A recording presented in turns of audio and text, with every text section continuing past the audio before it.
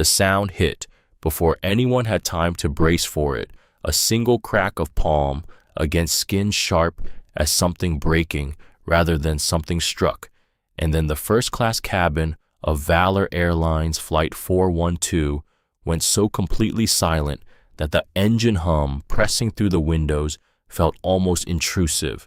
3-year-old Levi had been crying for the better part of 10 minutes, not softly, not briefly, the kind of crying that fills a pressurized cabin the way water fills a sealed container, finding every available inch. Then that sound arrived, and the crying stopped the way a record stops mid-note. For one suspended second, nobody moved. The red mark bloomed across Levi's left cheek, slowly the way a bruise announces itself before it fully commits. His eyes had gone wide with a kind of shock, too large for a 3-year-old's face to properly hold. His mother, Diane Carter, was still in the motion of reaching for him when his face crumpled, when the terrible intake of breath happened, when the scream came, not the frightened cry of a child who doesn't understand turbulence, but something rawer and more specific. Pain, confusion, the sound a small human being makes when the world has done something it was never in any version of the explanation they were given supposed to do. From seat 7, a 7 rows back, a man who had been watching this cabin's every interaction since they departed Atlanta rose with the unhurried, deliberate movement of someone who has long since learned that genuine authority never needs to announce itself through speed or volume. He was 61 years old. He did not raise his voice. He had never needed to. That's enough. 2 words.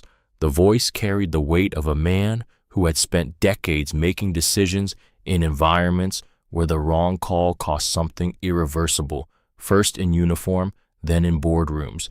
The authority the same in both places because it had been built from consequence rather than title. Every conversation in the cabin stopped. The flight attendant's raised hand froze where it was. Hold that image. The suspended hand, the red mark on Levi's cheek, the mother's face fracturing into grief, too sudden for composure to contain. Hold it there, because to understand every thread that pulled these particular people into the same pressurized tube at 37,000 feet on a Tuesday morning in November, you have to go back.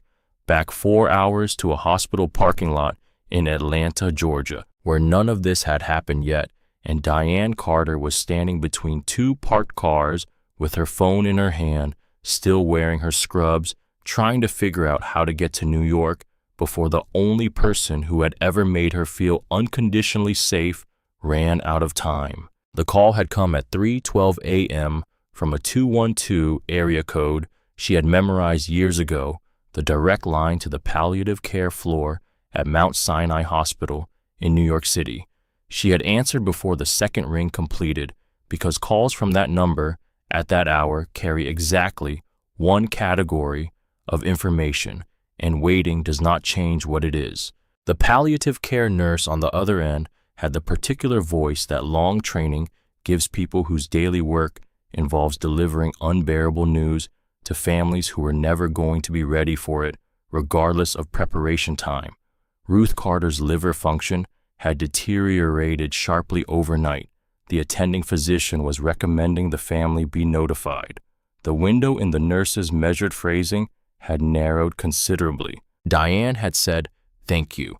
She had asked 2 clinical questions, the ones that come automatically when nursing training is the scaffolding holding you upright while the rest of you catches up to the information. She had written down the attending physician's name. Then she had gone to the break room, sat down on the edge of a hard chair under fluorescent light, given herself the space of 2 full breaths, and opened her laptop. Every economy seat on every viable Atlanta to JFK flight for the next 14 hours was gone. She checked connecting routes through Charlotte, through Dallas, through Philadelphia. She tried 4 different booking platforms. The picture was the same everywhere. A Tuesday morning in early November, the week before the holiday travel shift changed the arithmetic, and the seats that might have cost her a manageable sum had been claimed by people who could plan further ahead, who lived in circumstances that permitted planning. One option remained: a single first-class seat on Valor Airlines, Flight 412 departing Hartsfield-Jackson at 7:45 a.m., arriving JFK at 11:22 a.m. The price was $1,847. She stared at that number for long enough to understand it in all its dimensions. Her monthly take-home pay after taxes, after the deduction for Levi's daycare coverage through the hospital's employee assistance program, came to $2,340. Rent on their two-bedroom apartment in East Atlanta was $1,150. After the car payment on the used Civic with 94,000 miles on it, after utilities, after groceries, what remained at month's end was a number that required careful management rather than spontaneous spending. It was not a number that absorbed $1,847 without a consequence that would arrive punctually in 6 different forms over the following months. She thought about her mother, about the way Ruth Carter had sat beside her through the nursing school application process, through the rejection from her first choice program, through the second application, through the licensing exam, through every setback that had presented itself as permanent and turned out not to be. Ruth had never offered pity at any of those junctures. What she had offered every single time was an expression that looked more like certainty than encouragement, like she had already seen the ending of the story and was simply comfortable waiting for Diane to arrive there. Diane booked the ticket. Then she made 3 phone calls in quick succession, the kind a person makes when they have a problem with a specific numerical solution and not much time. Marcus Webb, her charge nurse, picked up on the 3rd ring despite it being 3:30 in the morning, because Marcus was the kind of man who slept with his phone on loud for exactly these situations. Diane gave him the full picture in 4 sentences.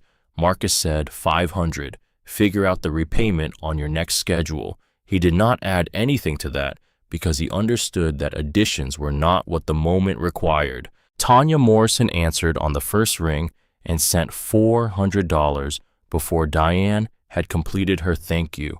Janet Brixton, a labor and delivery nurse who had worked the floor adjacent to Diane's for 3 years, gave $300 without hesitation, then said the sentence Diane would carry with her through the rest of the morning. Go be with your mama. Nothing else matters right now. $1,100 from colleagues, $800 from her own account. Enough. She woke Levi at 5:30. He blinked at her in the dark with the slightly betrayed expression of a child being asked to rearrange his understanding of mourning, then accepted the situation with the resilience of the very young. When she told him they were going on an airplane, his face went through a rapid sequence of transitions before arriving at delight. Mama, are we gonna fly like birds? She pressed her lips to the top of his head and held them there a moment longer than the question required. Something exactly like that baby. She dressed him in his best outfit, the dark blue corduroys, the striped long-sleeve shirt, the white sneakers that had been white 2 months ago. She was aware, pulling his sleeves straight, that she was dressing him for an audience she hadn't met yet, trying to preempt judgments that hadn't been formed yet. She recognized that awareness for what it was. She packed it alongside the other recognitions that required packing. She wore her darkest jeans, the ones without visible wear, at the knees the deep burgundy top she'd bought for a friend's wedding 3 years ago. She thought for a moment, in the bathroom mirror, like someone trying to look like someone else's idea of acceptable.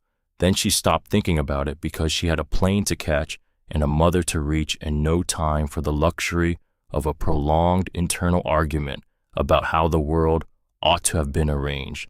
In the corner of her wallet beneath her nursing license, she tucked a photograph she had carried for 7 years. Ruth Carter, perhaps 45 years old, in the image standing in what looked like an airport service corridor, wearing a navy blue uniform whose origin Diane had never gotten around to asking about. Ruth was smiling in the photograph. the way she smiled in most photographs, with the particular expression of someone keeping a pleasant private joke, like she already knew something good that hadn't arrived yet. Diane had carried that photo through nursing school, through 3 apartments, through the full weight of the years since Levi's father had left. She had never thought to ask what the uniform was for. There wasn't time to think about it now. She put the wallet in her bag and called a rideshare and went to the airport with her son. Hartsfield Jackson, at 7 in the morning, moved at the particular controlled density of several thousand people, all trying to be somewhere else, with efficient urgency. Diane moved through security with Levi on her hip, his backpack containing a change of clothes, the board book about construction vehicles he had recently decided was indispensable, a bag of the fish-shaped crackers he consumed in quantities that suggested serious commitment, and Captain, a small stuffed bear worn soft from years of being held through everything that required being held through. Gate C14 had the demographic texture that first-class boarding areas accumulate at this hour. People with luggage selected to match, people in clothes chosen from a different set of options than Diane's options. The conversations around her moved in the cadences of people accustomed to this particular waiting room, easy, unhurried, with the specific confidence of those for whom this class of travel was familiar enough to require no performance. She found a seat at the periphery of the waiting area, settled Levi on her knee, gave him crackers, kept her boarding passes folded in her palm. She was aware of the assessments, not theatrical ones. The performative stare was not the instrument used in places like this. What happened instead was smaller and more efficient. The woman in cream who looked up from her magazine when Diane sat down, whose eyes moved from Diane's face to Levi's hand in hers to their bags, then back to the magazine with a slight postural adjustment that communicated more than any sentence could have. The older man 2 seats over, who exhaled with pointed audibility when Levi dropped a cracker and announced, "Uh-oh," at full volume. Diane's face remained neutral. The neutral face was not a performance. It was a skill she had been developing since approximately Levi's current age, refined through years of navigating spaces that communicated in various registers and vocabularies, that her presence was being noted and evaluated against a standard she hadn't set. She was very good at it by now. She had built it the way you build any skill, under sustained necessity, through repetition, through the quiet cost of repetition, through the eventual understanding that the cost was real whether or not you chose to stop paying it. She told herself the thing she always told herself: in these moments, you paid for this. You have just as much right to be here as anyone else in this gate area. You are allowed to be here. She knew that was true. She also knew, with the kind of knowing that settles into the body rather than registering as thought, that being allowed and being welcome were not the same thing. They had never been the same thing. They would not become the same thing this morning because she needed them to. When priority boarding was called, she stood, lifted Levi to her hip, walked to the jet bridge with her boarding passes visible. She had rehearsed this in her head during the ride share: walk and find the seat, sit down, be a person on a plane. That was the plan in its entirety. The first-class cabin of Flight 412 was 12 seats in 2 paired columns, cream-colored leather, the engineered quiet of a space built to signal its own designation through deliberate exclusion of everything that might suggest otherwise. The smell of fresh coffee. A man in 1A already had orange juice. Diane found 3A and 3B on the left side and got Levi buckled into the window seat. First, watched him immediately press both small palms to the oval window with the full body attention he brought to anything genuinely new. "Mama," he breathed, almost to himself. "There's so many airplanes." She gave herself 1 full second of his perspective.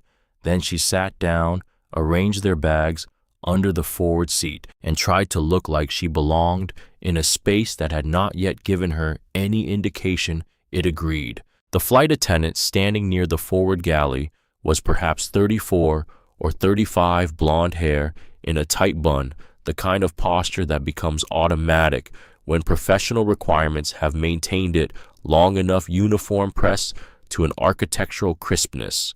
Her name tag read Sandra. She was working a pre-flight tablet with the precise efficiency of someone who had performed these exact motions several thousand times. Sandra looked up. The professional smile that had been on her face simply stopped being there. No dramatic replacement, just withdrawn, a light switched off at the wall. Her eyes moved from Diane's face to Levi's hands on the glass to the boarding passes resting on Diane's knee, and the movement held a quality that Diane recognized with the immediate cellular certainty of someone who has spent years cataloging its particular frequency. The quality of someone running a rapid calculation about whether what they're seeing belongs where they're seeing it. Sandra walked over. "May I see your boarding passes?" The tone occupied the narrow technical territory between impolite and its formal definition, the register of a request that is not actually a request, that suggests the documents it demands might be found wanting. Diane handed them over. Her hand was completely steady. Sandra turned both documents slightly, as though the angle might reveal something. The front view had failed, to then handed them back without the warmth she had extended to the man in one of 30 seconds earlier. She turned, walked back to the galley. Diane folded the boarding passes and put them in her pocket. She looked out the window where Levi was narrating the ground crew's movements to himself in a low, happy commentary. 7 rows behind her, in seat 7, a man who had observed the entire exchange since the jet bridge, opened a notes application on his phone. His name on the manifest was William Hatch. He had paid for the seat with a prepaid card, wore clothes selected specifically for their forgettability, carried no visible indication of who he actually was. He was 61 years old. His name was James Whitfield, and he had served on the board of directors of Valor Airlines for 22 years. This airline, these carpets, these crew members who were preparing to serve him without any awareness of it. He had come to the board through a path that surprised most people when they learned it in full. 2 tours as a commissioned Army officer, in his 20s, the discipline of those years becoming the scaffolding for everything that followed. Then a decade in aviation operations management, working his way up through the systems that kept large aircraft and their thousands of daily passengers functioning at the granular level where the important decisions lived. The board seat had found him at 40 when the chairman, recognizing that governance benefited from people who had operated rather than merely observed, made the call.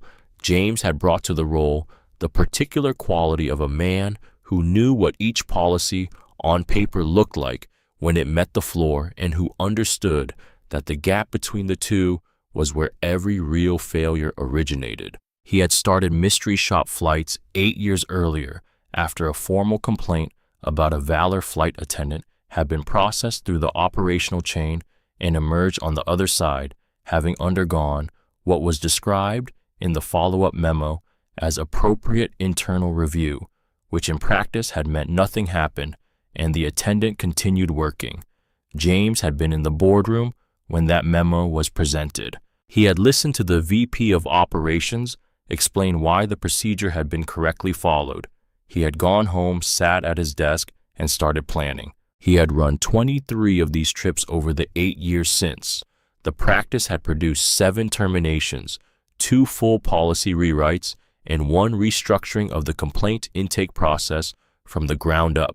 He had done it alone, without executive knowledge, reporting findings directly to the board chairman rather than through the chain of command, because the lesson the original incident had taught him was that complaints routed through systems with an interest in their disappearance had a reliable tendency to disappear. This was the last one. He was retiring in 8 days. His wife Carolyn had been patient about the trips in the particular way of someone who understands the motivation, while occasionally wishing it had a different expression. He had promised her this was the final one. He had made the promise without reservation because he genuinely believed the practice had moved something important in a direction that mattered. He opened his notes and wrote, F.A. Sandra Pierce, boarding pass check, requested from 3A black female, late 20s, traveling with approximately 3-year-old child. Boarding pass check, not requested, from passengers in rows 1 to 2. Time, 7:31 a.m. He settled back. He watched Sandra return to the galley with her professional smile fully reinstated, her posture carrying the reset quality of someone who had just completed a private assessment. He noted this. He noted everything. In the forward galley, the 3 first-class attendants moved around each other in the practice choreography of people who have shared close quarters under pressure long enough to stop negotiating for space. Sandra pulled a service tray from its housing and said to the middle distance, rather than to either colleague, specifically, "Did you see who we've got in 3A?" The volume was galley calibrated too low for the passenger cabin, sufficient for the 3 feet of aluminum corridor around her. First class is really going downhill. Yvette Harmon, 53 years old, 26 years in this job, set down a coffee service container and looked at Sandra with an expression that communicated a complete sentence without requiring any of its words. She said nothing. The look was its own sufficient answer. Darnell Cooper kept his hands on the cups he was stacking. He was 28, had been doing this for 2 years, had come to the work through a hospitality management degree, funded by a scholarship. He'd been quietly grateful for his entire adult life without ever knowing its full origin. He liked the work. He was good at it. The thing forming in his chest at this moment was not something he could afford to let finish forming. Sandra took the tray and moved toward the aisle. When she disappeared, Darnell turned slightly toward Yvette. He kept his voice at the level of the idling engines. 6 months ago. Yvette didn't answer immediately. They shared the silence. The phrase created the particular silence that exists between two people who carry a piece of knowledge they wish they did not carry. They had both reported. The complaint had been processed, assigned a case number, and returned closed within 72 hours. The man above them in the operational chain had made the dimensions of the box they were standing in very clear. Neither of them had filed again. Yvette looked toward the aisle where Sandra had gone. Her voice carried the weight of someone who has watched a system function the same way enough times to have stopped being surprised by its consistency. When this flight lands right, everything down, all of it. Darnell met her eyes, and then send it where? She didn't have an answer.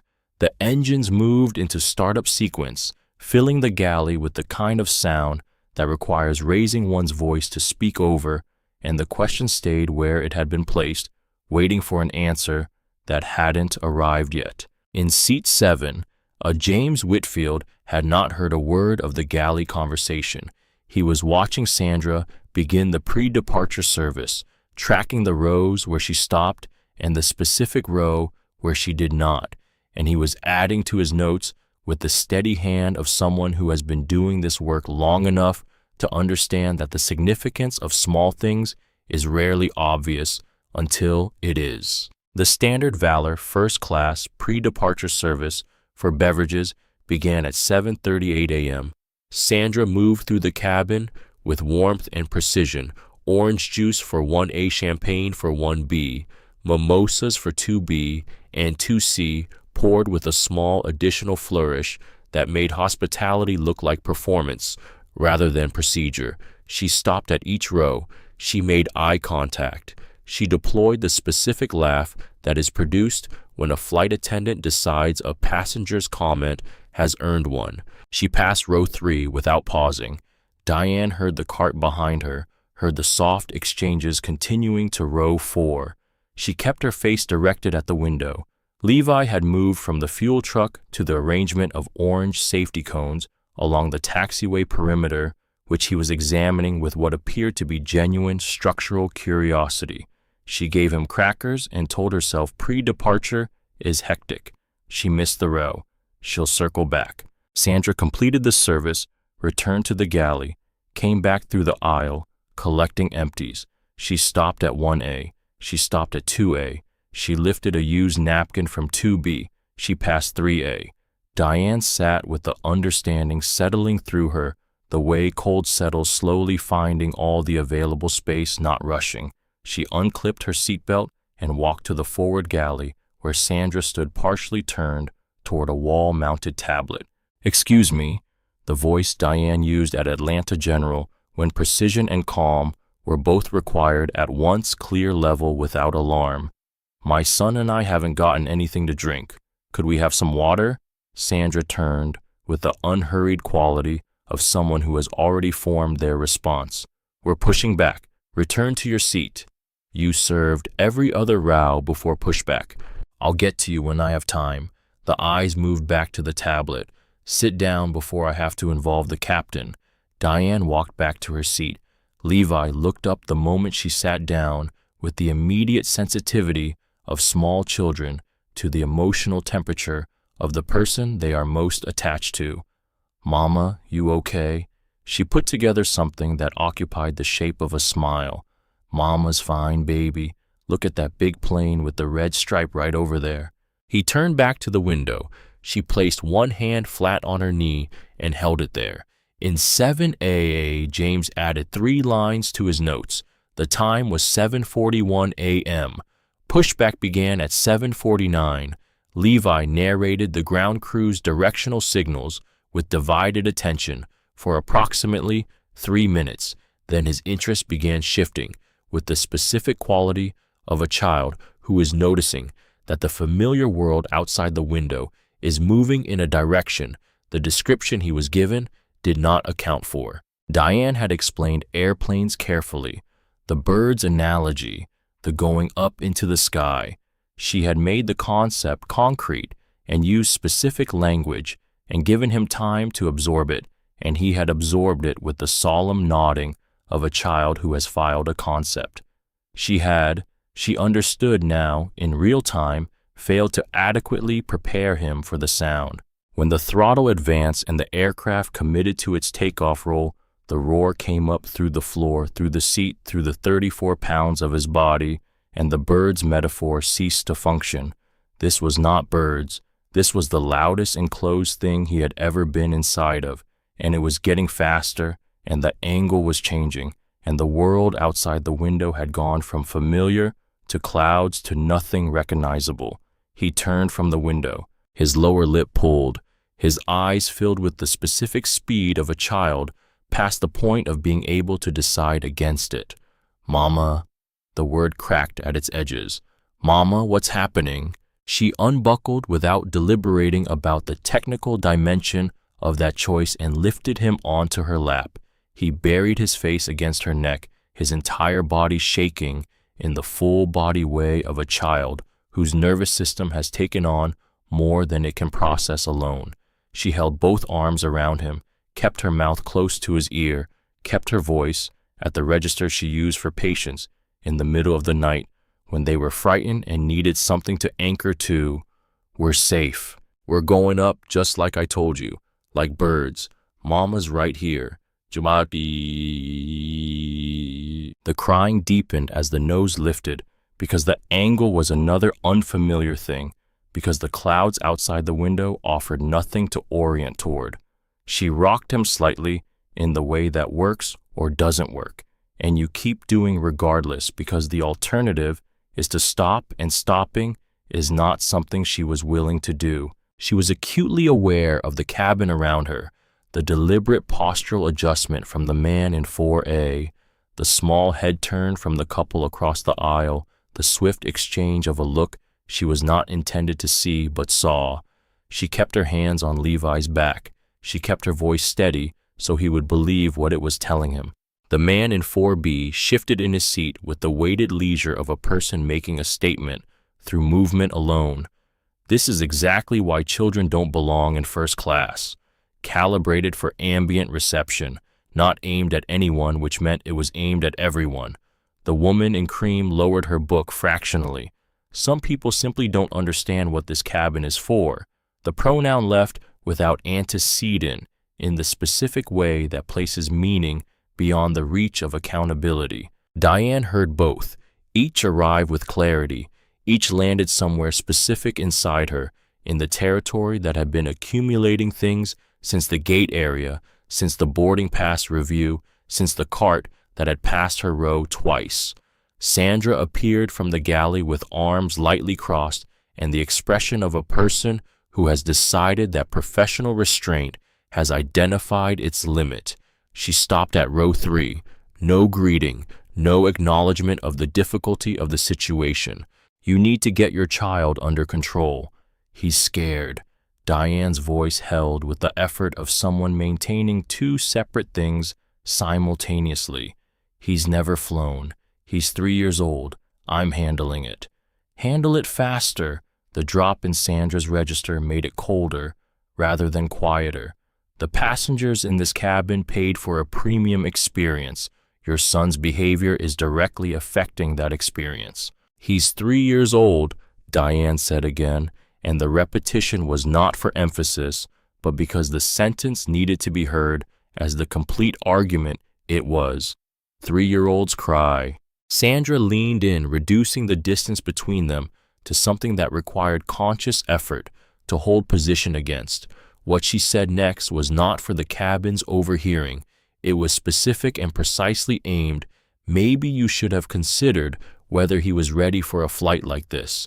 Her eyes moved briefly to Diane's jeans, to their carry-on bags, to Diane's face, or whether you were. She straightened, returned her voice to its official pitch. If the disruption continues, I report to the captain. At the next stop, I have authority to request your removal from the aircraft. Is that understood? Levi had quieted slightly. During the exchange, the crying subsiding toward the hiccuping stage that trails the peak. He still held Diane's shirt in both fists. His eyes had found Sandra's face with the wide, unguarded attention of a child who cannot yet conceal what he sees in an adult's expression. I understand you, Diane said. Sandra held the eye contact 1 beat longer than communication required. Then she turned, walked back to the galley, and the sound of her heels on the aisle flooring was the only sound that moved through the cabin for a long-held moment after. The man in 4B returned to his drink. The woman in cream reopened her book. The couple across the aisle made the specific, coordinated decision, visible in the synchronized shift of their attention back to the seat-back screens, that the event had concluded and their involvement in it was over. In seat 7, a James Whitfield had stopped writing mid-sentence. His phone was still open in his hand. The notes application was still active.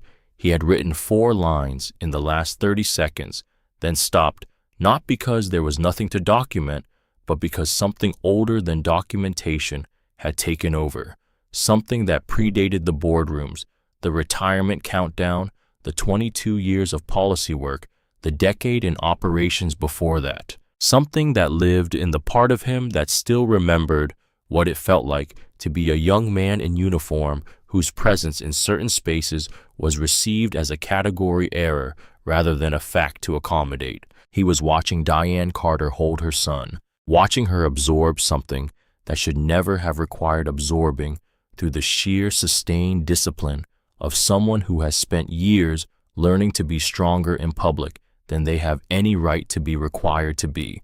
He recognized that discipline.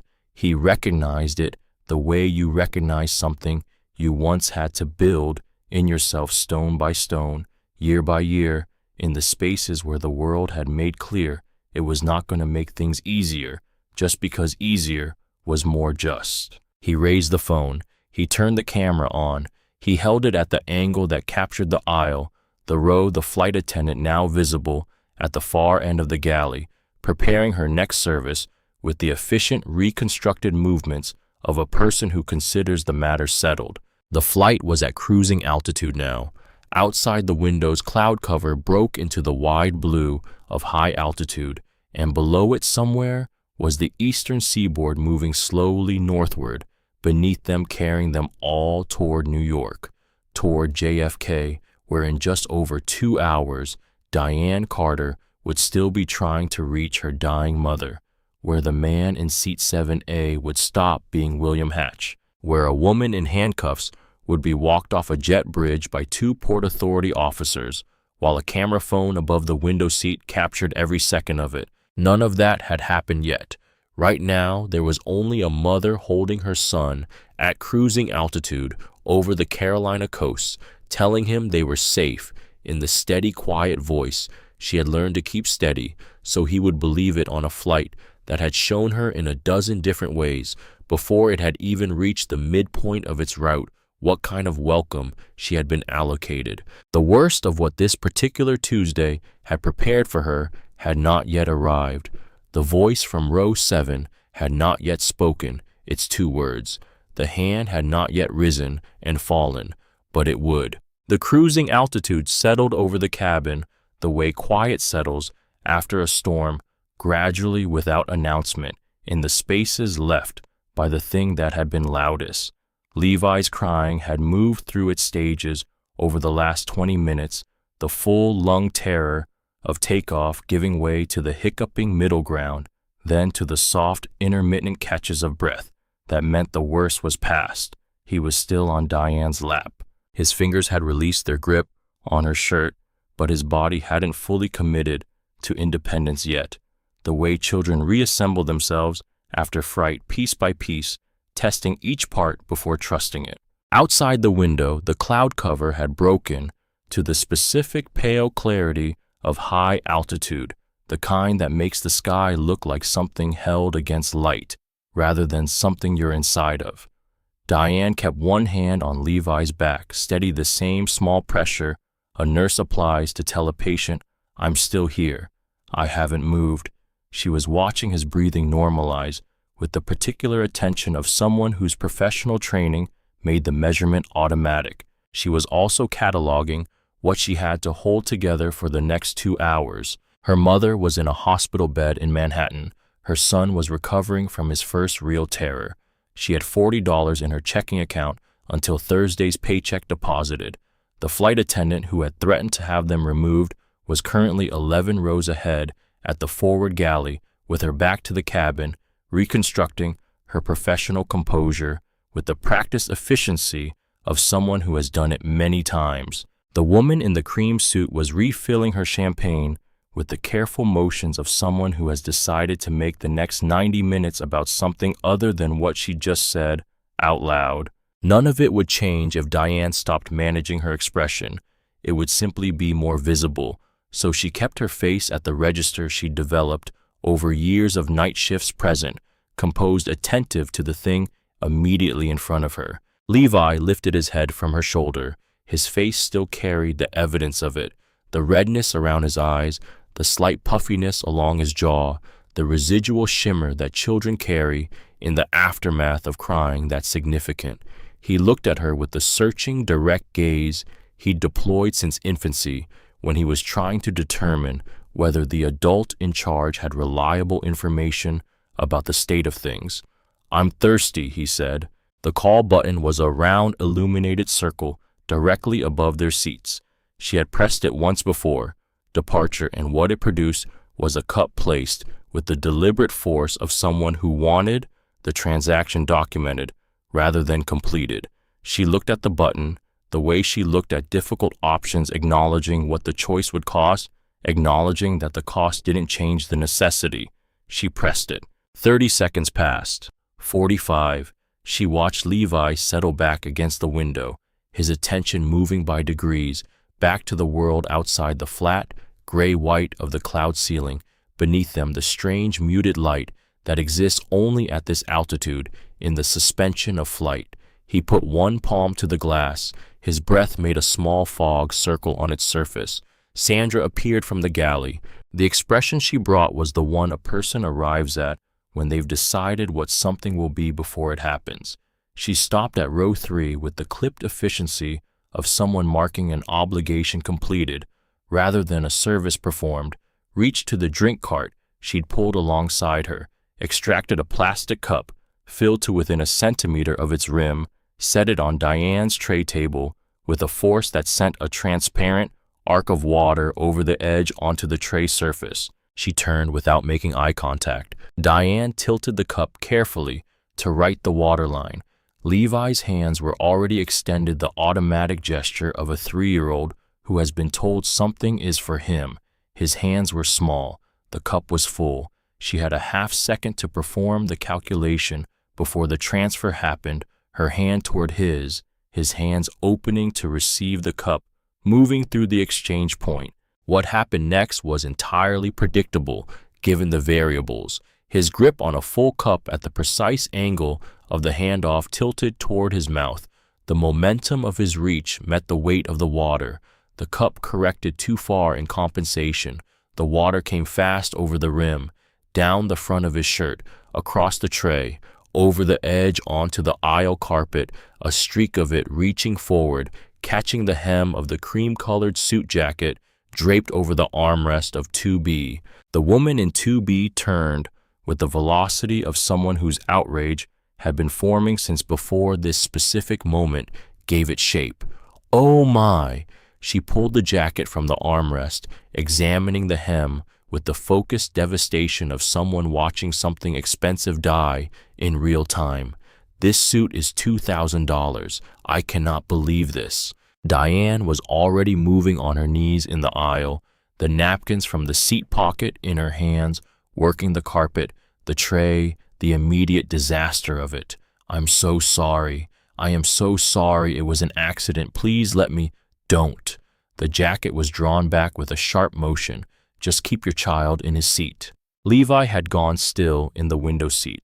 His face carried the expression of a child who understands that something has gone wrong in a way that involves him, whose small body has absorbed the sudden atmosphere shift of adult voices at that pitch. His eyes moved from the woman in 2B to his mother kneeling in the aisle to his soaked shirt, his mouth pulled at the corners. I'm sorry, Mama. The words barely above a breath. I didn't mean to. I know, baby. She was managing the carpet. She was managing her voice. She was managing the awareness of every head in the cabin that had rotated toward the disturbance. It was an accident. You're okay. She was still on her knees when she heard Sandra's heels, not hurrying, measured, the specific pace of someone who has found the confirmation they had been expecting. Sandra stopped at the entrance to row 3. She didn't ask what happened. She didn't look at Levi's wet shirt with any dimension of concern. She looked at Diane on the aisle floor with an expression that had dropped all remaining pretense of professional calibration. Get up. Diane rose. She held the soaked napkins in both hands. Levi was watching from the window seat with the fixed attention of a child who has identified that the adult he loves most is the center of something frightening. What came from Sandra next was not the tone used for passenger correction. It was the tone of someone who had been building toward a destination all morning, the tone of a pressure valve that has found its opening at last. It started at a volume the cabin could receive without effort, then moved upward from there. This is exactly what I warned you about. I gave you a direct instruction before we were off the ground. I was clear about what was expected. Your child screamed for 10 minutes straight. Every paying customer in this cabin absorbed every second of it. And now there is a potentially destroyed $2,000 garment because you cannot manage a cup of water. Her arms were crossed. Her voice was filling the cabin the way smoke fills a room, finding all available space without announcing itself. You people think buying a ticket gives you the right to act however you want up here. You think the rules that apply to everyone else somehow don't apply to you. They do. Every single one. Man. You people. 2 words that landed in the cabin with the specific weight of meaning that cannot be claimed back once released, that everyone in earshot receives at the frequency it was sent on, regardless of what the sender later decides they intended. The man in 4B's drink paused halfway to his mouth. The couple across the aisle exchanged a look that was itself a complete sentence. The woman in cream did not look up from her jacket, but something in her posture shifted, a slight forward adjustment. A redirection of attention inward. Darnell had come to the galley entrance. He stood with the controlled tension of someone who has been maintaining a specific position under pressure. Sandra, he kept the volume professional aimed at her rather than the cabin. That's enough. Let's take this. Sandra turned on him with the speed of someone who has an answer already formed. Stay out of this, Darnell. I'm handling a safety disruption. You're not handling anything. His voice held steady with the effort of someone maintaining steadiness on principle rather than because the moment makes it natural. You're escalating something that doesn't. One more word, and I'm writing you up for insubordination. Back to the galley. The confidence in it was the confidence of someone who has tested a threat before and found it functional. No hesitation, no awareness that the ground had shifted beneath the threat while she wasn't looking. Darnell held his position for 3 full seconds. The 3 seconds communicated what they needed to communicate, that he had heard her, that he was not intimidated by her, that his retreat was strategic rather than surrendered. Then he stepped back. He did not go to the galley. He moved to the aisle wall beside the service cart in a position that looked like withdrawal, but wasn't. His hand was in his jacket pocket.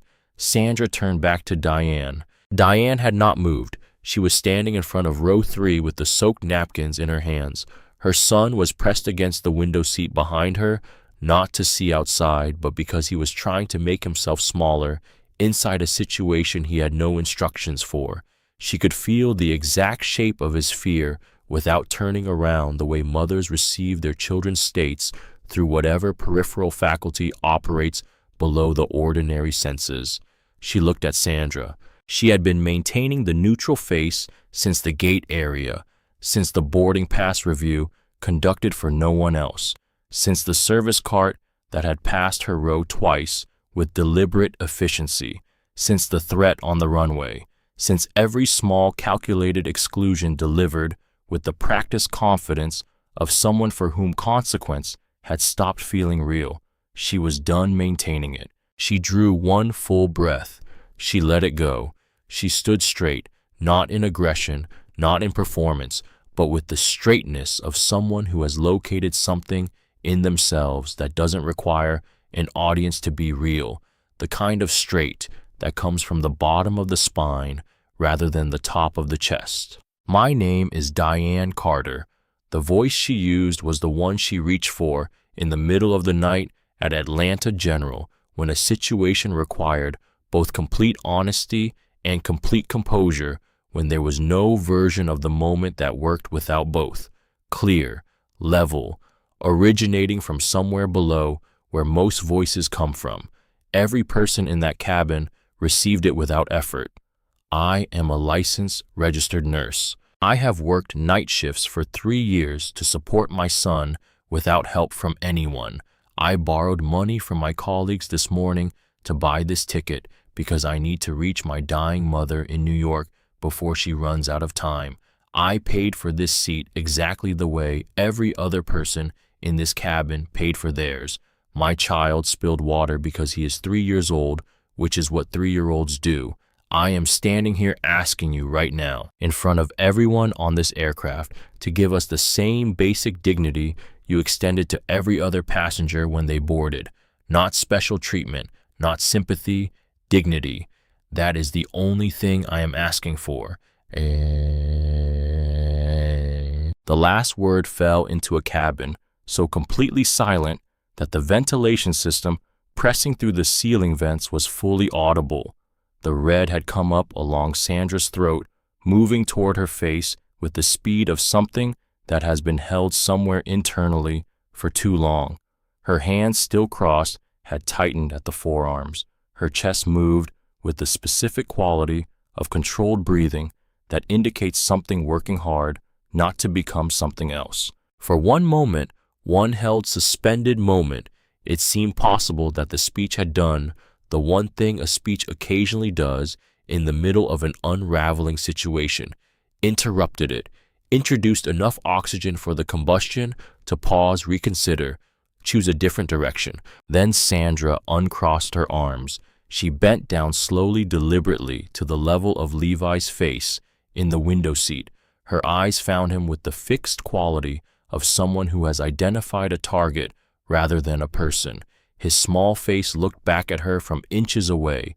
He had gone completely still with the particular stillness of a child who has run out of instructions for what to do with what he is seeing in an adult's face. Her voice dropped to a hiss that only the first 3 rows received. "Stop!" Each word separated by its own silence, crying, "Right, now," a pause, "or I will give you something worth crying about." Her hand came up. The motion carried a quality of deliberateness that removed accident from any possible interpretation. Palm to cheek, the report of it moved through the pressurized aluminum body of the aircraft like something structural failing, a sound that was wrong in the specific way of sounds that happen where sounds like that have no business occurring. The cabin stopped.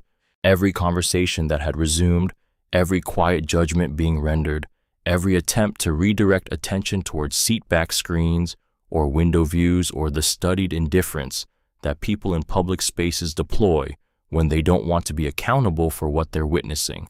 All of it stopped at once. Levi's eyes had gone to the particular wide of a child whose nervous system is processing an input it has never before received. Pain of this specific origin from this specific source registered as something so outside the known frame that it required a full second for the appropriate response to locate itself. The red mark spread across his left cheek. Then Levi screamed. Not the frightened cry of a child overwhelmed by takeoff, not the upset wail of a dropped toy or a refused request. The sound that came out of him lived at the bottom of a child's register, the cry that means the world has broken its most fundamental promise. It came up from his entire body. It filled the cabin without remainder. Diane moved before thought was involved. She had him in her arms before Sandra had fully straightened her body, already turning, already positioning itself between Levi and everything else. His cheek was hot against her neck. She could feel the specific concentrated heat of the mark could assess without looking what it was going to become in the next 20 minutes. Her voice came out with something that had burned straight through every layer of composure she had spent the entire morning constructing. "You put your hand on my child." The words arrived, stripped of everything ornamental. "You hit my baby." Sandra had returned to full height. Her chest moved fast. What occupied her face now was not remorse, not the dawning shock of someone confronting what they've done. What was there looked closer to the expression of someone who has been pushed toward a boundary they have believed in for a long time and has discovered that crossing it feels in the first seconds like relief. Maybe now he'll understand how things work. From seat 7A, a man who had given orders in environments where the wrong call produced irreversible consequences, who had stood at the front of units in conditions that did not permit uncertainty, who had sat in boardrooms during crises denominated in 9 figures, who had in 22 years of travel on this specific airline witnessed failures of service ranging from the trivial to the genuinely damaging. This man rose from his seat with the unhurried, certain movement of someone who has never needed speed to convey gravity. He walked up the aisle without rushing. He stopped at row 3. He looked at Sandra Pierce with the expression of a person who completed their assessment several minutes ago and is experiencing no remaining uncertainty. He produced from his breast pocket a credentials card, not his personal identification, his Valor Airlines Board of Directors credentials, his photograph, his full name, the board seal pressed into the cardstock. He placed it on the tray table in front of Sandra with the quiet of someone presenting evidence rather than making a gesture. Sandra looked at the card. She looked at the face in the photograph. She looked at the face of the man standing in the aisle. The professional authority she had been operating from all morning, the authority of a decade of seniority, of a regional manager who had demonstrated 6 months prior that her behavior existed beyond operational consequence, was visibly reorganizing under new information. The way a structure reorganizes when it discovers its foundation has been replaced with something entirely different while it wasn't looking. As of this moment, you are relieved of all duties on this aircraft. His voice carried the absolute calm of a man who has not needed to raise it in approximately 30 years. You will proceed to the rear crew station. You will not speak to any passenger or crew member until we are at the gate. He held her gaze. That is not a request or a subject for discussion. Sandra's mouth moved. Mr. Whitfield, I was managing a disruption. The child has been... Stop! One word, final as a door closing. You struck a 3-year-old child in the face in front of a full passenger cabin. There is no version of what comes next that involves you explaining that to me. He turned his back to Sandra Pierce, entirely the gesture of someone closing a subject rather than pausing it, and he faced Diane Carter. She was holding Levi against her shoulder. His crying had moved into the quieter, more exhausted register of the aftermath, his body still carrying the residual tremors of it. His cheek was turned against her neck. James looked at Diane's face, at what was there, at what she was doing with it, at the specific quality of composure she was exercising, which he recognized from the inside as the most expensive kind. My name is James Whitfield. I sit on the board of directors of Valor Airlines, which means the standards this crew operates under, the policies that govern what happens on this aircraft, those fall within my direct responsibility. He stopped. He held eye contact with her. What happened to you this morning should not have happened. What just happened to your son should never happen to anyone. What I need you to understand right now is that what comes next is your decision, not mine, not this airline's. A pause, deliberate to let that settle. What do you need? Diane looked at him. She looked at Sandra standing 3 feet away with the still quality of someone whose world has just rearranged entirely around them. She looked at Levi's cheek still pressed against her shoulder, still hot enough to feel through her shirt. When she spoke, the composure in her voice was a different thing than what she'd been maintaining all morning. That had been the composure of endurance. This was the composure of someone who knows exactly what they want. I want her arrested, not cautioned, not suspended pending review. Each sentence its own contained unit. Arrested. A breath. I want a physician to examine my son at that airport before we go anywhere. I want a formal record of everything that happened on this flight from the time we boarded. Her eyes moved back to James. Every single thing. On record. He nodded once. He produced his phone and made a call that lasted 90 seconds, conducted in the specific compressed syntax of someone who makes calls of this nature often enough to have reduced them to their essential parts: JFK operations, police presence at the gate, medical personnel, full documentation protocol. The voice on the other end asked a clarifying question. James answered it without inflection. Yes, a minor was struck. I witnessed it. Treat it accordingly. He hung up. He looked at Darnell Cooper, who had not moved from his position against the aisle wall, who was holding his phone in a way that James now understood had not been casual for the better part of an hour. The recognition of what that posture meant, what it had required to maintain, moved briefly across James's face. Darnell stepped forward. He extended the phone without preamble, the screen facing James, the timestamp visible. I have audio from when she came back after takeoff. It's clean. He looked at the screen rather than at James while he organized what came next, then looked up with the directness of someone who has decided to say the thing completely rather than partially. 6 months ago, I filed a formal complaint through Valor's crew management system. 3 specific incidents documented with dates and routes. It was assigned a case number. He stopped. He had rehearsed this sentence many times in the months since and had not been certain he would ever have an occasion to speak it. 3 days later, the regional manager for flight crew operations, Harlan Briggs, called me in for a review at the Dallas Crew Center. He didn't raise his voice. He put a folder on the table. My complaint was in it. The HR response noting insufficient grounds for further action was in it. Sandra's clean performance record was in it. He pushed the folder across the table and looked at me the way a man looks when he's saying one thing and meaning something with entirely different teeth. The flatness in Darnell's voice was the flatness of someone who has spent 6 months containing what this memory costs him. He said, "You've got 2 good years in. Be thoughtful about the friction you create early in a career. People remember." And then he let the silence do the rest of the work. A beat. I picked up the folder. I went home. I didn't file again.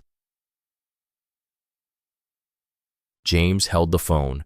He looked at the timestamp, the duration, the file behind it. He looked at Darnell, 28 years old, 2 years into a career, sitting in a conference room in Dallas while a man in short sleeves explained the shape of the box he was being placed in.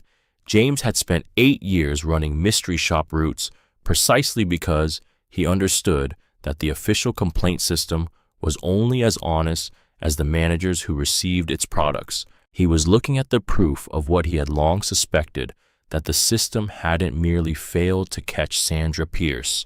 The system had been taught to look away from her. The complaint, the follow-up, every specific detail of what Briggs said to you in that room, all of it goes on record. The authority in his voice was institutional rather than personal, the authority of a man whose word carries board-level weight behind it. You're protected, all of it. A beat. Harlan Briggs will be addressed before this day ends. Darnell nodded, the single precise nod of someone who has been holding a structure upright under sustained pressure and has just been told he can put it down. Yvette Harmon came from the galley entrance where she had been standing since James's first call. She moved past the service cart, past the row markers to the place where Diane stood. She didn't offer a speech. She didn't offer professional distance. She placed one hand on Diane's shoulder briefly, firmly, with the weight of someone for whom the gesture is the honest thing rather than the easier thing. 26 years in this work. 26 years of the same galleys, the same routes, the same recurring cast of colleagues whose attitudes she had cataloged with the tired accuracy of long observation. You did good, Yvette said, quiet enough that it was for Diane rather than the cabin. The simplest version of a sentence that was also several other things at once, that what Diane had done in that aisle took something real, that it had been witnessed by someone who understood the full cost of it, that she was not alone in having seen the whole morning for exactly what it was. Sandra was directed to the rear crew station. She walked there without further exchange, without looking at the passengers who watched her pass, with the downcast attention of someone whose comprehension of their situation is still completing its long catch-up to reality. Darnell stood, with his phone returned to his pocket, his posture carrying the specific release of someone who has set down something heavy and is still adjusting to its absence. The pilot came on over the intercom with the level, particular cadence reserved for announcements that aren't emergencies but aren't routine either. 40 minutes to JFK descent. Remain seated. The measured language of someone aware that the cabin behind him has had a different 40 minutes than most flights provide. The remaining descent passed in the specific quality of a space where something irrevocable has happened, and the people inside it are slowly reorganizing their understanding of what they witnessed. The man in 4B found his phone screen absorbing. The couple across the aisle were very still, in the way of people performing internal reckoning rather than looking for external engagement. 3 passengers in the mid-rows had been filming from the moment Sandra was directed aft, their phones angled with the careful discretion of people who understand that what they're capturing will outlast the flight. JFK arrived in the gray late morning with the sound of gear extension. Diane held Levi through the landing, her hand on his back, his breathing long. When the wheels made contact, he looked up at her with the expression she would carry with her for years afterward, the expression of a child who has survived something he doesn't yet have words for, who is looking to the face of the person he trusts most to find out what it means about the world. She kissed his forehead. She let the kiss be what it was. 2 Port Authority officers were at the gate when the jet bridge door opened. They boarded with the straightforward efficiency of people who have been briefed. James met them at the cabin entrance, spoke briefly, directed. Sandra Pierce was brought forward from the rear with the specific composed dread of someone who has had 40 minutes to understand the approach of something she cannot reverse. She was walked off the aircraft in handcuffs, past the boarding door, past the jet bridge cameras, into the corridor light of JFK, and the sound of her heels changed quality when they met the jet bridge floor, harder, more final. Darnell watched from the galley entrance with an expression that held several things at once: not satisfaction, not release, the complex expression of someone watching a consequence arrive that is correct, necessary, long overdue, but that required a personal cost he would be honestly assessing for some time to come. The cabin emptied in the usual graduated flow. Most passengers filed past row 3 with varying degrees of eye contact. The woman in cream stopped. She held her jacket over one arm. She looked at Diane with an expression working through several phases simultaneously. "I didn't stop it," she said finally. "I should have. I said things I had no right to say, and then I sat there while it got worse." She looked at Levi briefly. "I'm sorry. I genuinely am." She moved on before Diane had to decide what to give her in return.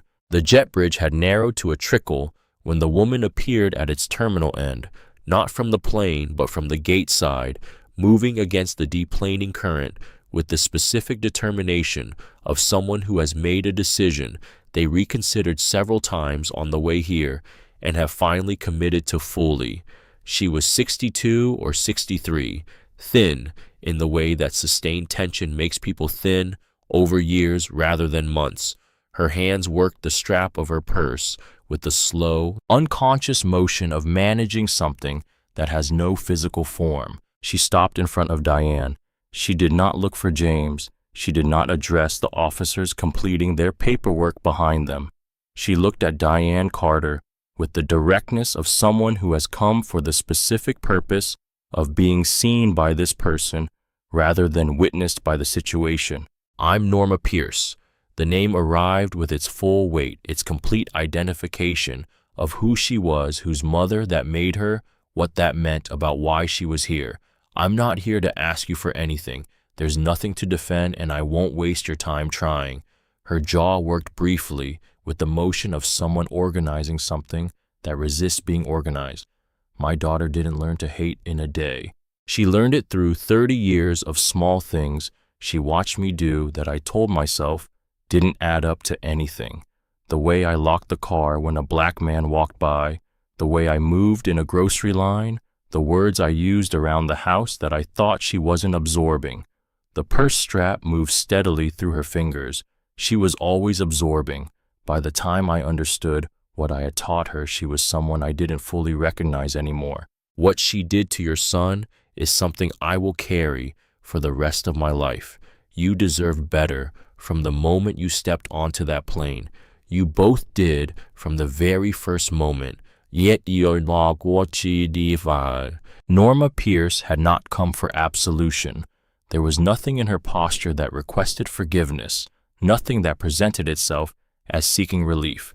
She had come because the least available decent thing left to her in this situation was to stand in front of the woman her daughter had wronged and let Diane Carter see it plainly, that it was fully understood, that it was owned without qualification, that someone in Sandra Pierce's life was not looking away from the whole weight of what had occurred.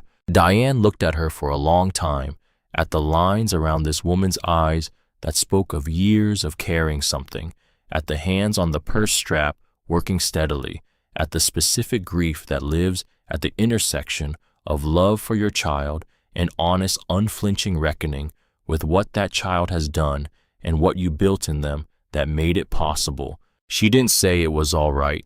It was not all right. She didn't offer understanding. Understanding was not the thing this moment required or earned. "Thank you for coming here," Diane said. 3 words extended not as comfort or forgiveness or the closing of any wound, but as acknowledgement from one mother to another that the act of being here, of not hiding, of choosing the harder thing over the easier one, had been seen by the person it needed most to be seen by. Norma Pierce held her gaze one moment longer. Then she turned and walked back through the jet bridge into the terminal, her posture carrying its full weight, her hands finally still at her sides. Levi was at the gate window. His small face was against the glass, watching the tarmac, where the specific industrious movement of an airport in mid-morning continued without any awareness of what the jet bridge had just held. He turned from the window. He looked up at his mother with his 3-year-old face, with Captain tucked under one arm, with the particular expression of a child whose most pressing concern has reasserted itself through everything else. "Mama," he said, "when can we go see Grandma Ruth?" She placed her hand against his unmarked cheek, just her palm, just the warmth of it, just the specific pressure of someone who has been managing the distance between what she feels and what she shows all morning and is briefly choosing to close it. "Right now, baby," her voice carrying both parts of the truth that they were going, that a car was being arranged, that she would be standing at her mother's bedside before the morning was much older. "We're going right now." The car James's assistant had arranged moved through Manhattan traffic with the purposeful momentum of something that has a destination rather than merely a direction. Angela sat in front, speaking to the driver in compressed shorthand. "Mount Sinai, ICU entrance, fastest available route." The driver adjusted without commentary. Diane sat in the back with Levi against her side, his head finding the space below her collarbone with the navigational precision of a child who has memorized the geography of his mother's body. His breathing had leveled to the deep, slightly weighted rhythm of a child running on exhaustion. The bruise across his left cheekbone had fully committed. Now the oval shape of it, precise, documented, legally preserved in the photographs the airport physician had taken before they left JFK. She had completed the clinical steps correctly. Now she looked at it with the part of her that was not a nurse. Outside New York moved in its November costume, the gray sky above the Triborough Bridge, the specific density of the city announcing itself after Queens, the traffic thickening as they moved into the Upper East Side, where hospitals lined the edge of Central Park like a long, quiet institution of everything the body eventually requires. She had driven this stretch 6 times over the past year, each visit timed around her shifts, each one carrying the subtext of a countdown. She had been doing her best not to count too explicitly. She had not made it in time, she thought. Then she corrected herself. She hadn't made it yet. Angela turned from the front seat. 5 minutes. The floor was called ahead. Levi was awake, eyes half open, in the conservation mode of a child running on reserves. Captain was held against his chest with both arms, the stuffed bear's worn face visible above his forearm. "Baby," he looked up at her, "we're going to see Grandma Ruth now. She might be sleeping, but she loves you more than anything, and she's going to know you're there." Okay, he processed this with the full seriousness a 3-year-old brings to information he understands matters. Will she know I got hurt? The question landed exactly where it landed. She'll know her babies are with her. That's the only thing that's important to Grandma. The palliative care floor at Mount Sinai carried the atmosphere of a place where medicine has reached an agreement with the human about what their shared priorities are, quieter than the acute floors, slower in rhythm, the staff moving with a deliberateness that communicated presence rather than emergency response. The charge nurse recognized Diane's name from the advance call and came from behind the station without being asked. Ruth Carter was in room 14. The door stood partially open. The afternoon light through the window fell across the bed at an angle that made the room feel paused rather than empty, like something held in suspension rather than simply waiting. Ruth was small against the pillow in a way that Diane's previous visits had each incrementally introduced, but that still arrived as information the body absorbs differently than the mind. Her hair had been combed that morning. Someone on the nursing staff had done that, had taken the time for that specific act of dignity, and the recognition of it compressed Diane's chest in the way of gratitude in a form too concentrated for its ordinary expression. Diane came to the bedside. She took her mother's hand, the hand that had held her through every starting line of her life, that had pressed steady warmth into her back at every hard thing, whose specific texture she had understood since before she had language for understanding. "Mama," her voice level with the effort of someone who has been holding everything level all day. "We made it. We're here." The response came first through Ruth's hand, a faint tightening of fingers, the quality of a grip reaching toward more than it currently had the capacity for. Then her eyelids moved. When Ruth's eyes found Diane's face, what settled into them was not the searching quality of someone locating something lost. It was the expression of something already known being confirmed. Her gaze moved to Levi, who stood at his mother's hip with the careful stillness of a child who has been told how to behave inside something serious. He looked at his grandmother with his whole face open, the bruise visible on his cheek. Captain under one arm, the absolute love of a small person, looking at someone who has always made him feel like the most important presence in any room. "Hi, Grandma Ruth," his voice small, precise, entirely itself. "I came to see you." The sound Ruth produced was not quite a word. It occupied the space language leaves when the body has spent too much of its resources for full speech but hasn't lost the impulse toward it. Diane leaned in close. Ruth's lips moved, what arrived faint directed at Levi rather than at the room. "My beautiful boy." 3 words, sufficient. They stayed through the afternoon. Levi sat on the couch by the window and ate the crackers from his backpack and showed his grandmother the pictures in the construction vehicle book, holding each page up so she could see, narrating the machines with the patient thoroughness of someone providing a service to an appreciated audience. Ruth's eyes tracked him when the effort was available. When it wasn't, her hand remained in Diane's. The room held what it held: grief already present in its anticipatory form, alongside a different thing, something quieter, the specific peace of being exactly where you are supposed to be at the exact moment you are supposed to be there. Levi fell asleep on the small couch at 5 in the afternoon, Captain under his chin, his face entirely at rest. He had been awake long enough to hold his grandmother's hand, long enough to say goodnight in the way children say goodnight, with complete sincerity, no subtext, the full weight of a heart that has not yet learned to be cautious about what it gives. Ruth Carter died at 6:42 p.m., with Diane's hand covering hers. The room held the particular silence of a space that has just changed its essential nature. Diane sat with her mother for a long time afterward, not performing grief, not managing it, simply inside it, the way she had learned through years of sitting with patients in their final hours, that some things can only be honored by full, sustained presence. The tears came later, standing at the bathroom sink with cold water running over her wrists, arriving without announcement in the full, quiet way of grief that has been held by necessity all day and finally understands the necessity has ended. She let them come, she let them finish, then she dried her face and went back. The following morning, after Levi had been fed breakfast in the hospital cafeteria by a kind aide who'd learned his grandmother's name and his name and treated both with equal gentleness, Diane returned to room 14 to collect Ruth's personal effects. The nursing staff had already stripped the bed and turned the room the particular efficient impersonality of institutional spaces when their function has concluded.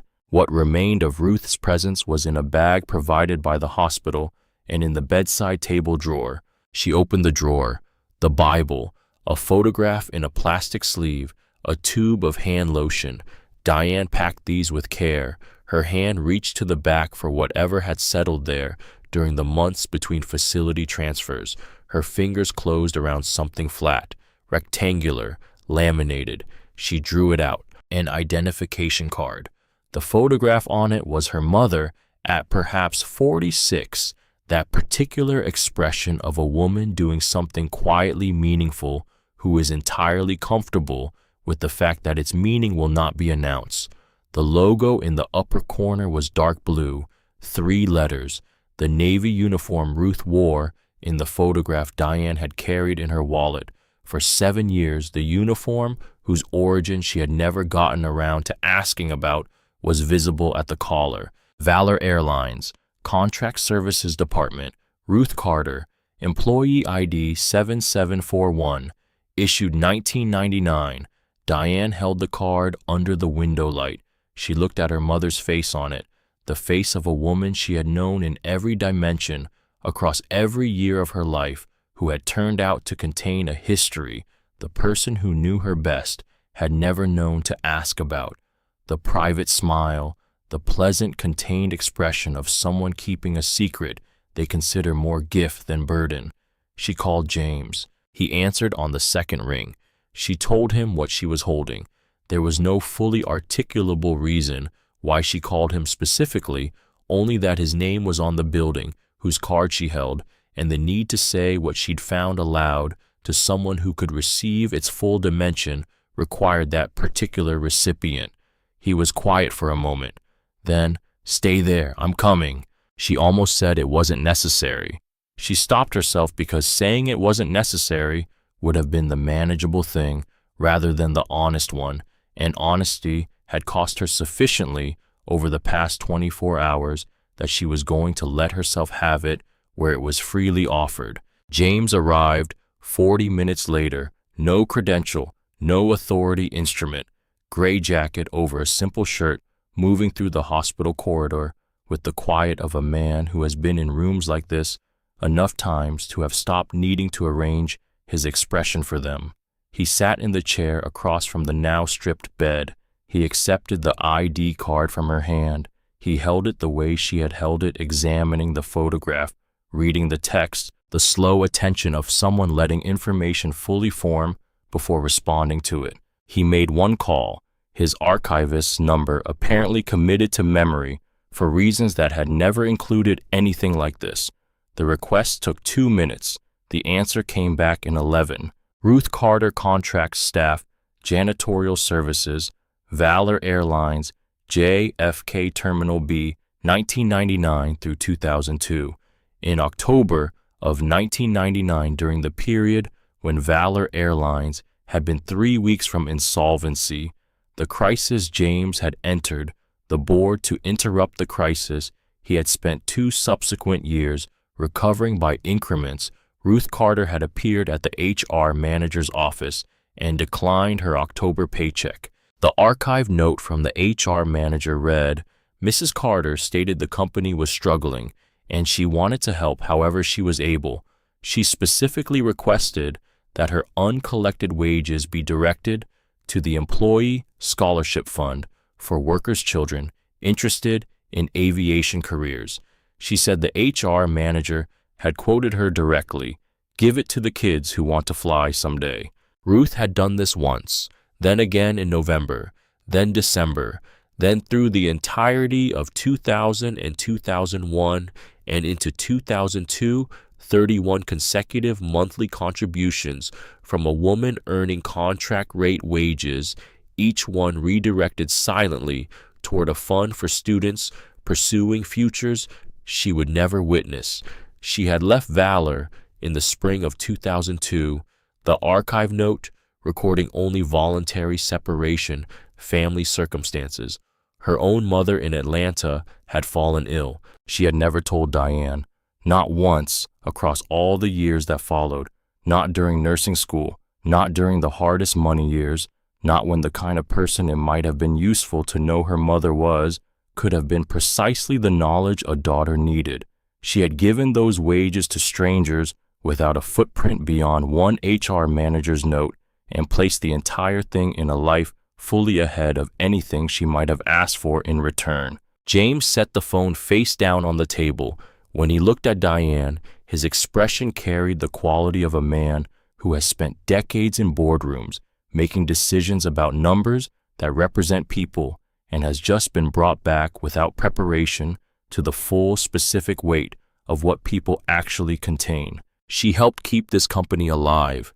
The sentence arrived with the slow precision of something understood after the fact.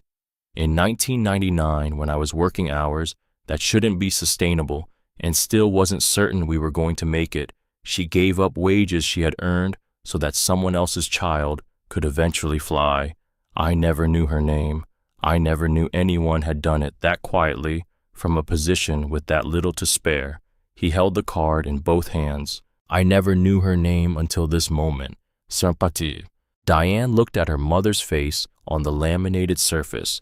She thought about the photograph she had carried for 7 years, the Navy uniform, the private smile, the expression of someone keeping a pleasant secret.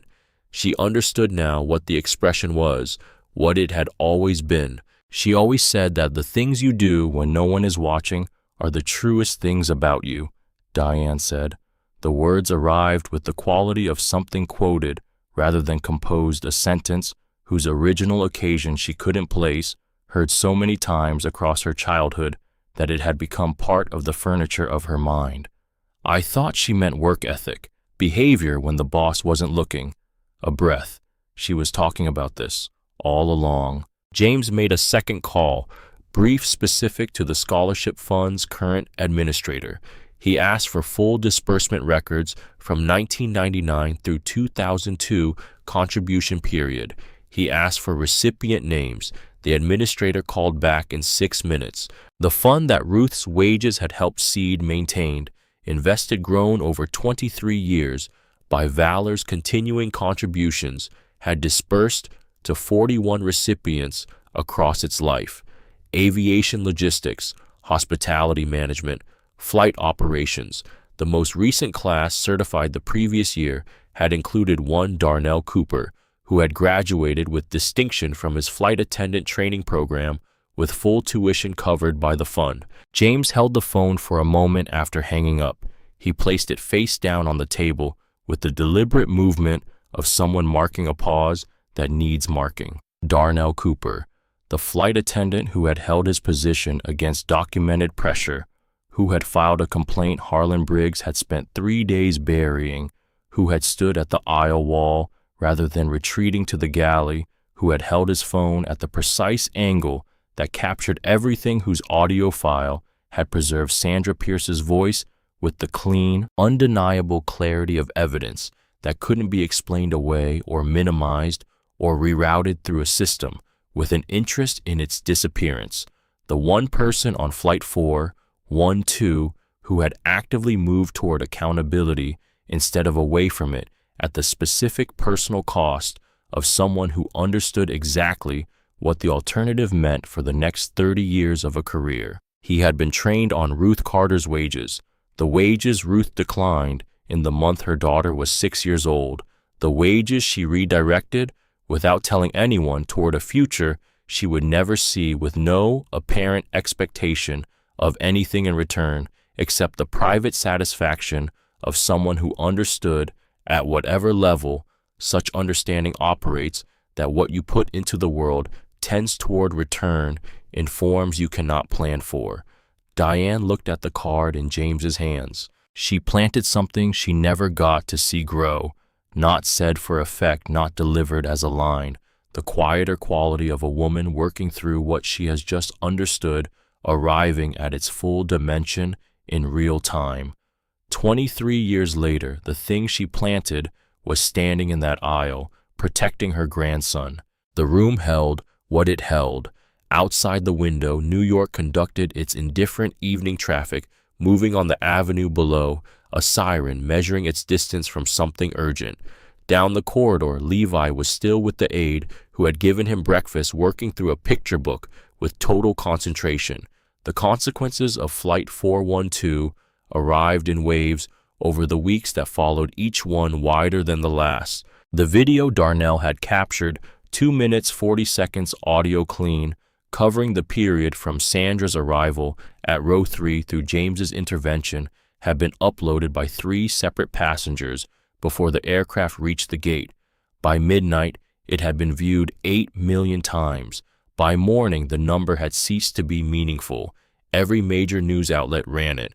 The audio was what landed hardest. Sandra's voice, her specific word choices, the sound that followed brief, percussive, impossible to misidentify. News programs displayed the waveform on screen as though visual confirmation was necessary for people to believe the sound had existed. The response originated from a woman in Columbus, Ohio, who posted a photograph of her 4-year-old son beneath the words, "This could have been mine."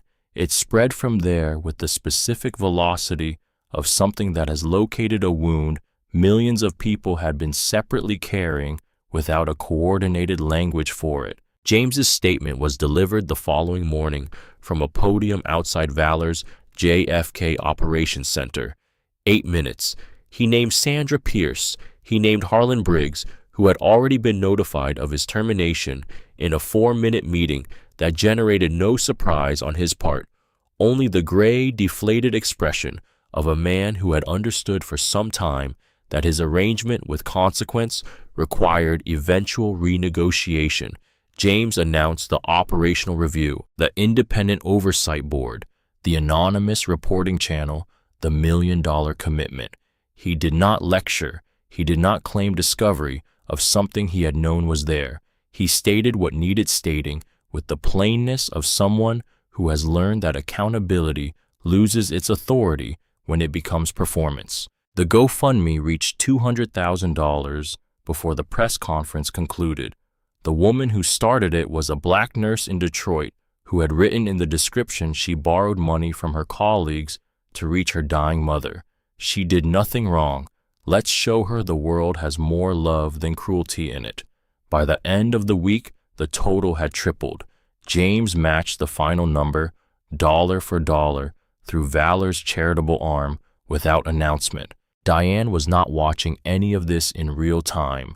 She was in her mother's Bronx apartment, sorting through 4 decades of an accumulated life with the slow, necessary attention the work requires when it is your mother's life you are handling. Levi moved through the rooms with the natural ease of a child in a familiar space, presenting objects for identification: a small ceramic bird, a folded church program, a photograph in a manila envelope. She answered each question. She kept moving. On the 3rd day, sitting on the floor of Ruth's bedroom with a box of papers in her lap, she opened an envelope bearing no label.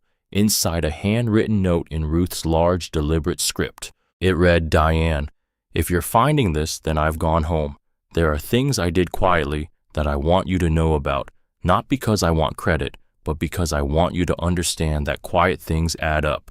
Every small act of faith in other people adds up. I believed that then. I still believe it now. I love you more than I ever found the right words for. Mama." No inventory, no reference to Valor or declined wages or scholarship contributions. Just the note, the confidence of someone who trusted the right things would surface when they were meant to. Diane sat on her mother's floor for a long time with the note in her hands. Sandra Pierce's trial was set for February. The prosecution presented the video, the audio, the medical documentation, Darnell's testimony, Yvette Harmon's testimony, 3 passenger accounts, the archive complaint filed 6 months prior, the HR response that had closed it within 72 hours, the transcript of the meeting in which Harlan Briggs had advised Darnell to think carefully about the friction he was creating. The defense offered sustained provocation, mitigating circumstances, the argument that contact had been brief rather than sustained. The jury received the case on a Thursday. They returned Friday morning after 4 hours. Guilty. The sentence was 18 months, 3 years, supervised release mandatory, bias-related counseling. The judge, before pronouncing it, said what judges occasionally say when facts have been so fully established that commentary becomes appropriate. The child in this case did nothing that any 3-year-old child does not do. The only thing that distinguished him in the defendant's mind was the color of his skin. This court does not accept that distinction as anything other than what it is. Adi. Before the officers moved, Sandra had turned to face Diane across the courtroom. Her face carried the worn, compressed quality of someone who has spent 3 months in close company with what they've done. She held eye contact for a sustained moment. "I'm sorry."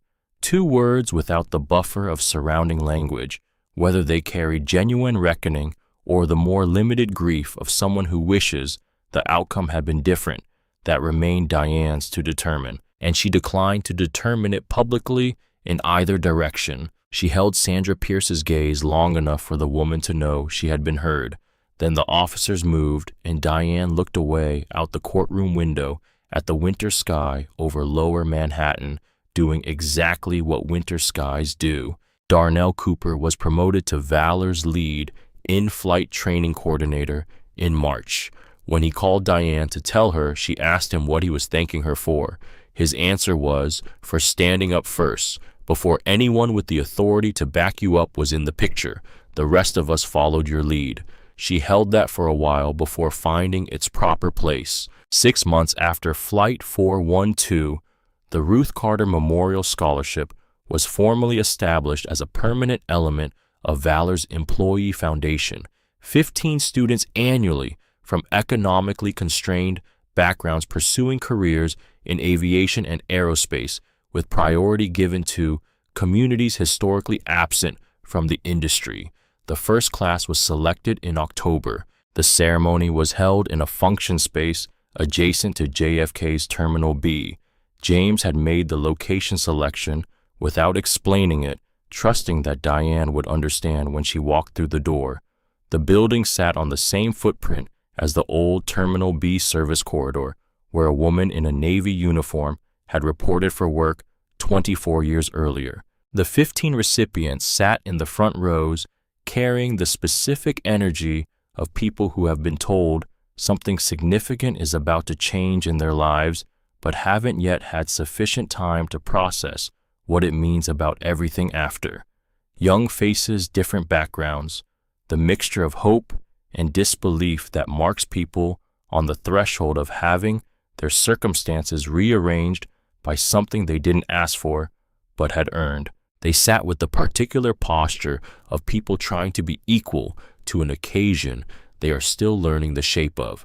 Darnell sat 3 rows back with the upright posture of someone who has grown several degrees taller in the past 6 months, not in stature, but in the more important sense of a person who knows what he did when the moment required it, who has found in the months since that knowing tends to change how you carry yourself in every room that follows. Yvette sat beside him, hands folded, wearing the expression of someone who has been in this industry long enough to know when something worth showing up for is actually happening. James Whitfield sat in the 5th row, not at the podium, not on the dais. He had been offered the opening remarks twice, and twice redirected the question to the organizing team with the patience of a man who has found in the later years of a career spent before audiences that the most important contribution he can make to certain occasions is his presence in the crowd. His name was on no program. He had requested that specifically. This night was not about him. Levi was 4 now. He wore a navy blazer over a white shirt chosen by Diane with the same considered attention she had given to the blue corduroys and the striped shirt on the morning this all began. He sat in the 2nd row beside Diane's empty chair, captain on his lap, watching the stage with the focused interest of a child who has been told this night is important and has taken that information at full value. His cheek had healed entirely, no visible mark. The pediatric psychologist he had been seeing every 2 weeks since November had reported, 3 months in, that the nightmares had stopped, that his fear of aircraft was receding by degrees, that he was processing what had happened with the resilience of the very young, which is not the resilience of those who were not wounded, but of those whose capacity to rebuild has not yet been taught its limits. He had recently announced that he wanted to be a pilot. Diane stepped to the podium. The room settled with the quality of quiet that happens when a group of people simultaneously understands that what they are about to hear carries weight. She looked at the 15 students at their faces, their ages the mixture of hope and disbelief that marks people on the threshold of having their circumstances rearranged by something they didn't ask for but had earned. She looked at Darnell, who met her eyes with the directness of a man who has earned his place in this room. She looked at Levi, who gave her a small, deliberate wave. She looked at the empty chair beside him, the one she had thought of as her mother's from the moment she assigned it, the chair that would remain unoccupied through every ceremony this scholarship produced, because some presences are honored more honestly by the space they leave than by any placeholder placed within it. My mother spent 3 years cleaning floors in this industry. Her voice had the quality of someone speaking from where things are true rather than where they sound good. She woke at 5 in the morning and took 2 trains to get here to this terminal to work that the industry she served mostly tried to keep invisible. She did this for 3 years. She never mentioned it to me. Not the job, not the people she worked alongside, not the morning she walked into HR and told them to keep her paycheck and give it to the kids who wanted to fly someday. A pause. The room was absolutely still. I found her employee ID in a hospital drawer the morning after she died. I had carried a photograph of her in that uniform for 7 years without knowing whose uniform it was. She let it settle. What she gave in the only way she trusted anything important enough to give quietly, without documentation, without any expectation that whoever received it would ever know its source. She believed that kindness placed into the world without keeping a record of it was the only kind worth the name. I grew up watching her live that way. I thought I understood what she was showing me. I understand more of it now than I did then. No performance of composure. Simply inside it, the way she had been inside the long morning of Flight 4, 1-2 present, drawing from the place where what matters most tends to reside when everything else has been stripped away. Tonight, 15 people begin journeys my mother made possible before any of them were old enough to dream of the specific places they're going. She will not see them arrive. She never saw anyone arrive. That is the particular faithful commitment of people who plant for harvest. They will not be present to collect. She looked at Levi. He was watching her with the searching expression he had turned on her at cruising altitude, the expression of a child determining whether the adult he trusts most has reliable information about the state of things. My son is 4 years old. He wants to be a pilot. He doesn't know yet that every gate in this terminal holds something his grandmother chose to give a long time ago. He'll know someday. I'll tell him when he's old enough to carry it as a compass rather than a weight. She stopped. When she resumed, the pace was that of something arriving at its final form. What I need him to know now, what I need anyone in this room to consider, is that what you put into the world quietly, in the moments when no one is watching, in the hours when the cost is real, but the return is invisible, does not disappear. It moves, it finds things, across years, across people in combinations that no planning could have produced. The last words arrived with the unhurried certainty of something she had known for years without having located the sentence for it.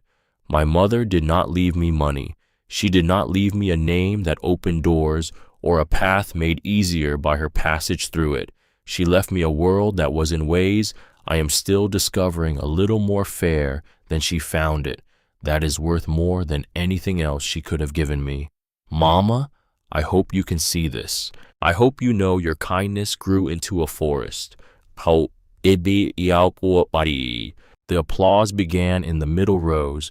When it reached the scholarship recipients, It changed quality, became something that carried the full weight of 15 people, understanding what they had been given, and more precisely, by whom. The sound filled the function space adjacent to the terminal where Ruth Carter had once mopped floors before sunrise, and the sound moved through the walls into the corridor beyond where a gate agent paused her work for a moment without knowing quite why, and then went back to it. James sat with his hands together, not yet applauding. He was looking at Diane, at the podium, at the woman who had begun the morning of Flight 412, on her knees cleaning water off a first-class carpet while the cabin formed its judgments, who had drawn herself upright in a pressurized aisle at 37,000 feet and named what she was asking for by its proper name. He thought about the full arc of the thing, a woman declining a paycheck in 1999, the specific ripples of that act across 23 years, arriving at this room, at this podium, at this daughter who had turned out to be the fullest possible expression of everything Ruth Carter had quietly believed in. Then he applauded. 3 weeks later, on a gray December morning, Diane drove to a cemetery in the Bronx with Levi in the back seat. James met them at the entrance, no driver, no assistant. He had come in the same gray jacket, the one without any marker of what he was, the one that was simply what a person wears when the occasion is personal rather than professional. They walked to Ruth's headstone together. The stone was plain granite. The inscription in the lettering Diane had chosen, Ruth Elaine Carter, beloved mother, she gave quietly. Levi crouched at the base with the total physical commitment children bring to tasks they've decided to undertake seriously. He had selected the flowers himself at the bodega near the cemetery entrance, white daisies chosen with the grave deliberation of a 4-year-old who understands the weight of an occasion. He arranged them against the stone with both hands, adjusting the placement twice until it satisfied him. Then he stood and looked at the headstone with the honest, unguarded attention of a child who has not yet learned to make his expressions smaller for public spaces. Does Grandma know what happened? The directness of a child who wants real information rather than the managed version. Does she know you helped us? James looked down at Levi. The expression on his face was the expression of a man who has spent a career making decisions under uncertainty and has arrived at 61 at the peace of someone who has finally learned the difference between what we can direct and what we can only participate in honestly. I think she knew before any of us did. I think she knew exactly what she was doing, where it would eventually land. She didn't need to see it happen to know it would. Levi considered this. He looked at his grandmother's name cut into the granite. I'm going to be a pilot, he told her, with the full, clear confidence of a 4-year-old delivering a promise to someone whose belief in him he has never for a single moment of his short life had any reason to question. Diane placed her palm flat against the top of the stone, the cold of December granite specific real. Ruth Carter had taken 2 trains before sunrise, had declined wages she earned, had put money towards strangers' futures without keeping a record of it, trusting that what you give quietly moves through the world in ways you cannot trace, arriving where it is needed through hands you will never know were carrying it. A plane crossed somewhere above the cloud ceiling. Its engine note moved through the gray in a long, diminishing line, present, then fading, then gone. Levi watched it pass. His eyes tracked it until it disappeared into the white.